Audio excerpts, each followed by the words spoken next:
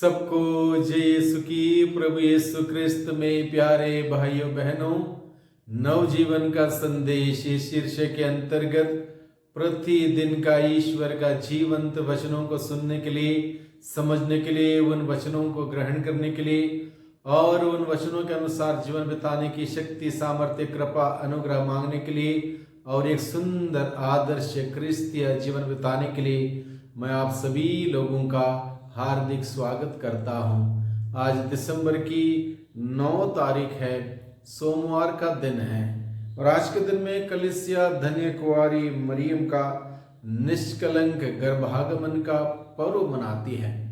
हालांकि ये पर्व हर साल हम सभी लोग 8 दिसंबर को मनाते हैं, लेकिन इस साल ये 9 दिसंबर को मनाने के लिए कलीसिया ने हमें हिदायत दी है और इसलिए यह परिवर्तन किया गया है क्योंकि कल यानी कि 8 तारीख को आगमन के काल का दूसरा इतवार होने की वजह से इस पर्व को आज के दिन में परिवर्तित किया है और आज के दिन में कलीसिया ने हम सबों को यह पर्व मनाने के लिए निमंत्रण दिया है।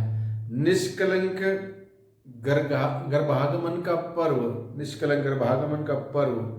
और इस बात को संत पिता पियूस नवे ने 1854 में इस डॉगमा के रूप में घोषित किया और कलीसिया को इस पर्व को मनाने के लिए बताया। तब से आज तक इस पर्व को विश्व भर में बड़े धूमधाम से हर्ष और उल्लास के साथ माता मरियम के पवित्रता के निष्कलंक जीवन का उदाहरण लेते हुए हम इस पर्व को मनाते हैं। इस पर्व को मनाने के संदर्भ में विशेष रूप से पिता ईश्वर मनुष्य के सामने पिता ईश्वर की योजना, लक्ष्य और उद्देश्य, किस उद्देश्य से पिता परमेश्वर ने मुझे और आपको, हम सबों को इस धरती पर भेजा है, इस लक्ष्य को, उद्देश्य को खोला है, उद्घोषित किया है। और इस बात को हम लोग पढ़ते हैं आज के दूसरे पाठ में। दूसरा पाठ एफिसियों के नाम संत पौलुस का लिखा हुआ पत्र से लिया गया है। इस पत्र के द्वारा, इस पाठ के द्वारा ईश्वर अपने उद्देश्य और लक्ष्य को स्पष्ट करते हैं। वो कहते हैं, उसने संसार की सृष्टि से पहले मसीह में हमको चुना, जिससे हम सभी मसीह के साथ संयुक्त होकर उसकी दृष्टि में यानी कि पिता परमेश्वर की दृष्टि में पवित्र तथा निष्कलंक जीवन बिताएं। हम सबों को ईश्वर ने पवित्र तथा निष्कलंक जीवन बिताने के लिए लक्ष्य रखा है और इस उद्देश्य से ईश्वर ने हम सबों को इस धरती पर समय और काल के अंतर्गत इस धरती पर भेजा है। इसलिए सभी इस बात को जानना, समझना हम सबों को बहुत ही जरूरी है कि इस धरती पर किस उद्देश्य से मैं आया हूँ, किस लक्ष्य को लेकर मैं आया हूँ। और वह लक्ष्य है, वह उद्देश्य है पिता परमेश्वर की ओर से यह है कि हम सभी प्रभु यीशु में संयुक्त होकर पिता परमेश्वर की दृष्टि में पवित्र तथा निष्कलंक जीवन बिताएं, यानी कि हर प्रकार के पाप के कलंक से दूर रहते हुए ईश्वर के दृष्टि में एक पवित्र और एक शुद्ध जीवन बिताएं। ये लक्ष्य पिता परमेश्वर ने निर्धारित किया है और इस लक्ष्य को हासिल करने के लिए हमें क्या करना होगा, इस बात को हम लोग समझें। इस लक्ष्य तक पहुंचने के लिए हमें क्या करना है? प्रभु यीशु में संयुक्त होना। जैसे कि आज के दूसरे पाठ में बताया गया है, हमें प्रभु यीशु में संयुक्त होना है, प्रभु यीशु में एक होना है, प्रभु यीशु में समा जाना, यानी कि यीशु के संदेश को ग्रहण करना है, यीशु के जीवन को ग्रहण करना है और उस पवित्रता का जीवन को ग्रहण करते हुए उसको जीने का प्रयास हर दिन, हर वक्त, हर क्षण हमें करना है, ताकि हम सभी यीशु का उस पवित्रता का जीवन जीते हुए इस लक्ष्य तक हम पहुंच सकें। हम अपने बलबूते इस महान लक्ष्य तक नहीं पहुंच सकते। अपने ही खूबियों को लेकर, अपनी क्षमताओं को लेकर इस लक्ष्य तक नहीं पहुंच सकते। इस लक्ष्य तक पहुंचने के लिए यह जरूरी है कि हम यीशु में एक हो जाएं, यीशु में खो जाएं, यीशु के संदेश को पूर्ण रूप से ग्रहण करें, यीशु का संदेश को पूर्ण रूप से अपने जीवन में लागू करें, तब संभव है कि हम इस लक्ष्य तक पहुंच सकें। आदम और हव्वा ने इस लक्ष्य को समझा नहीं, इस बात को वो समझे नहीं, ग्रहण नहीं किए। उन्होंने अपने ही हिसाब से जीवन व्यतीत किया और इस लक्ष्य से वो भटक गए। उन्होंने आज्ञा का उल्लंघन किया, पाप किया, पाप में पड़ गए और इस प्रकार से उन्होंने अपने जीवन में प्रभु की आशीषों के बगैर अभिशाप को ग्रहण किया।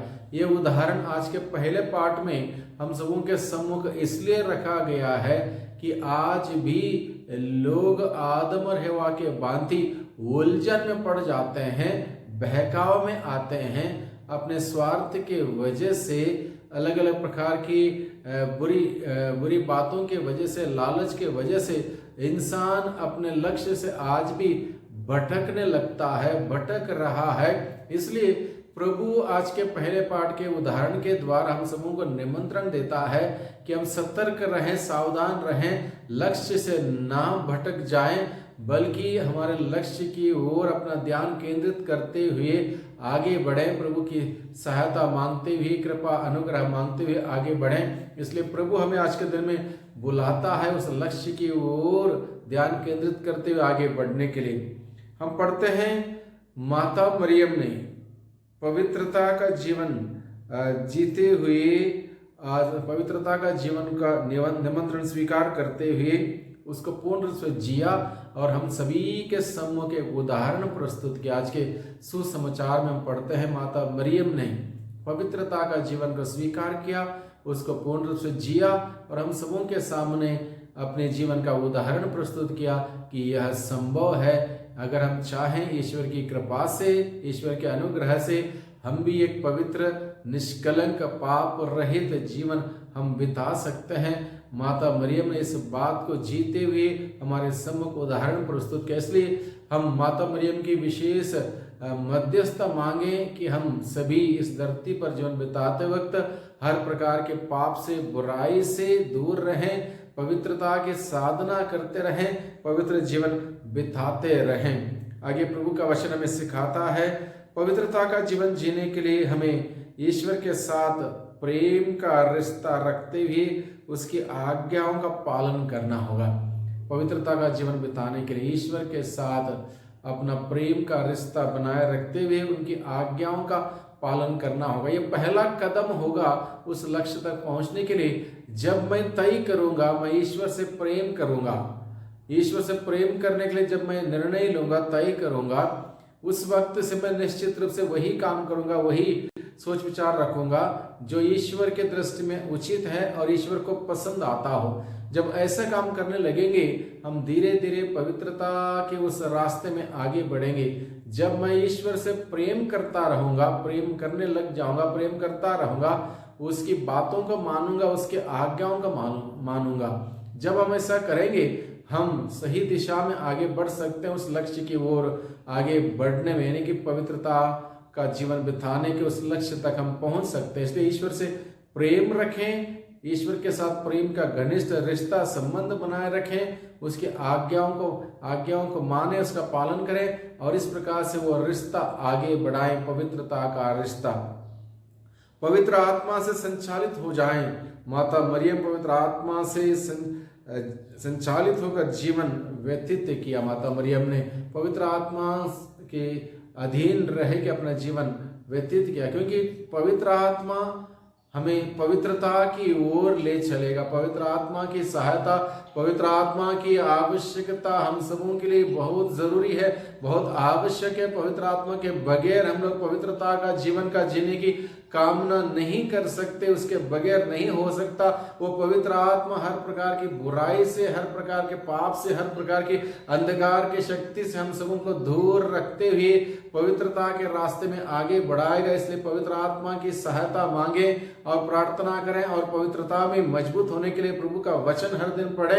जिस प्रकार से माता मरियम ने ईश्वर का वचन सुना, अपने दिल में संजोए रखा, ईश्वर का वचन सुने, अपने दिल में संजोए रखें, उसके अनुसार जीवन बिताने के लिए पवित्र आत्मा की सहायता मांगे, जिससे कि हम सभी ईश्वर के दृष्टि में पवित्र तथा निष्कलंक जीवन बिताने में सफल हो जाएं। इसलिए आज के इस पर्व को मनाने के संदर्भ में माता मरिया की मध्यस्थ मांगे, संतों की मध्यस्थ मांगे, ईश्वर का वचन सुने, पढ़ें, उस वचनों को अपने दिल में संजोए रखें, उस वचन के अनुसार जीवन बिताने का निरंतर प्रयास करें, कोशिश करें, ताकि हम निश्चित रूप से प्रभु के उस बुलावे को पहचान सकें और एक पवित्र, सुंदर, आदर्श क्रिस्तीय जीवन बिताते हुए प्रभु की महिमा हम अपने जीवन के द्वारा कर सके। इसलिए आज के दिन में विशेष रूप से हम प्रभु से प्रार्थना करें। आज के दिन में हम लोग प्रार्थना करें। बहुत सारे लोगों ने प्रार्थना मांगी है, उन सबों को हम याद करते हैं, प्रभु के हाथों में समर्पित करते हैं। उनके नाम, उनकी जरूरत तो हम नहीं जानते, बल्कि प्रभु जानता है। इसलिए प्रभु के हाथों में समर्पित करते हुए हम विनती प्रार्थना करते हैं कि प्रभु की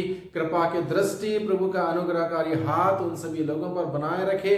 प्रभु की मेहरबानी हर व्यक्ति को मिलता रहे, जिससे कि हर कोई व्यक्ति प्रभु से आशीषों को प्राप्त करते हुए, बरकतों को प्राप्त करते हुए अपने जीवन में आगे बढ़े।